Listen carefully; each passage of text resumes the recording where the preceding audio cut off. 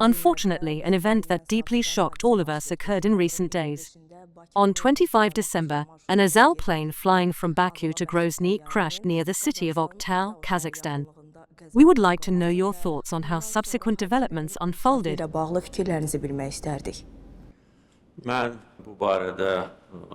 I received information about this while on the plane flying to St. Petersburg to participate in the CIS summit. I was informed and immediately ordered that the plane should return to Baku.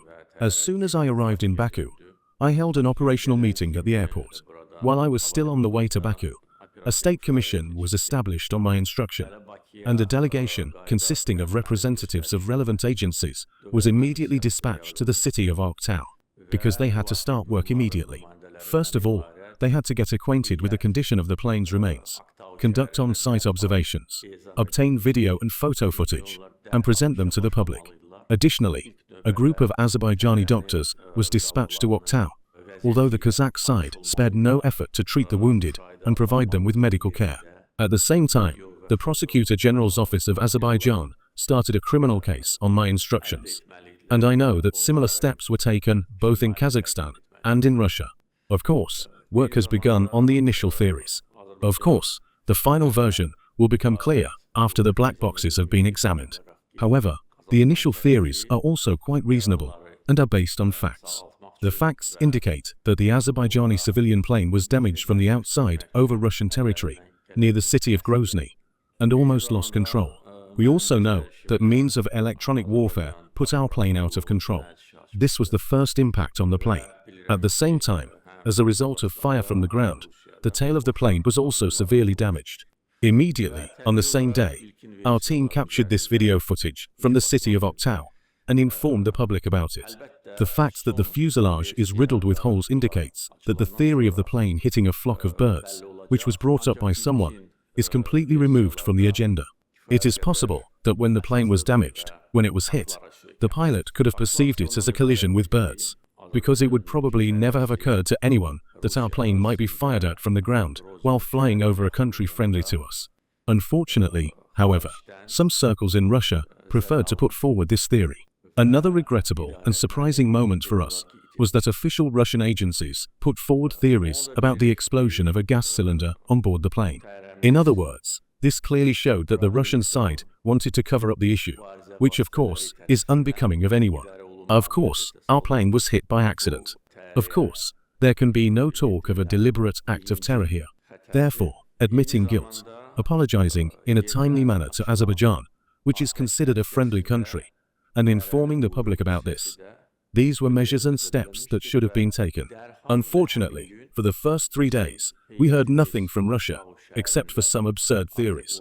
Of course, the details of the accident will be fully investigated. I have no doubt about that.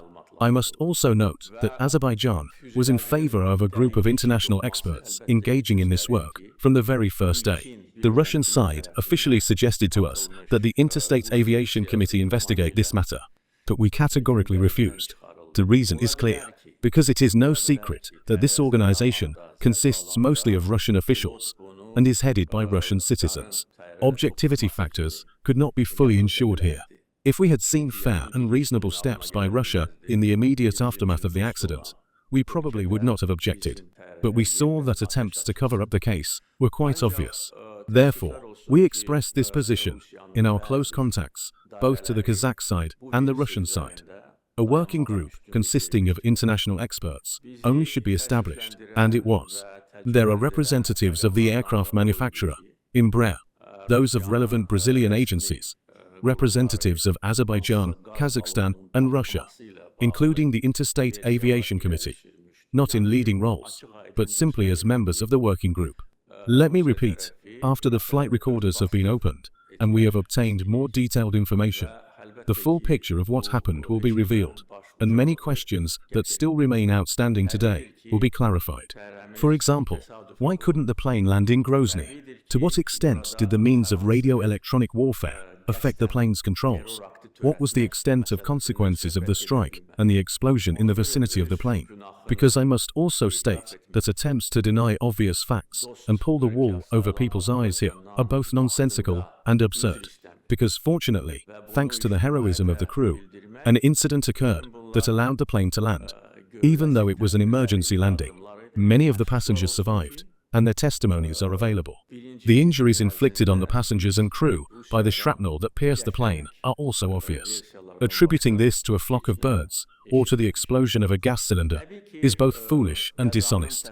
Therefore, we will find out why the plane could not land after the black boxes have been opened. When exactly was the plane fired at from the ground? Why didn't the plane attempt to land at the nearest airports, which were Mineralny Vody and Makhachkala? Was the plane sent to Oktau, or was this an objective choice? There are various hypotheses. Some believe that the plane was deliberately sent off course by ground handling services in Grozny because the plane was already out of control, and there was a high probability it would fall into the sea. If this had been the case, the cover-up attempts would have been successful, and the so-called bird theory would have been presented as the most likely version. According to some experts, Oktau was chosen because it is located in an open space. Residential areas are far from the airport, and the crew of the plane could have assumed that this would be an emergency landing and chose a more suitable place for it. On the other hand, however, with nearby airports available, it was riskier for an uncontrollable plane to fly further, especially over the sea. In other words, there are no answers to all these questions yet. We, the Azerbaijani side, and I personally, are trying to be as fair as possible. We do not want to express an opinion on unclear issues before they are fully clarified. However, we do, and we will state our opinion with full determination on obvious issues.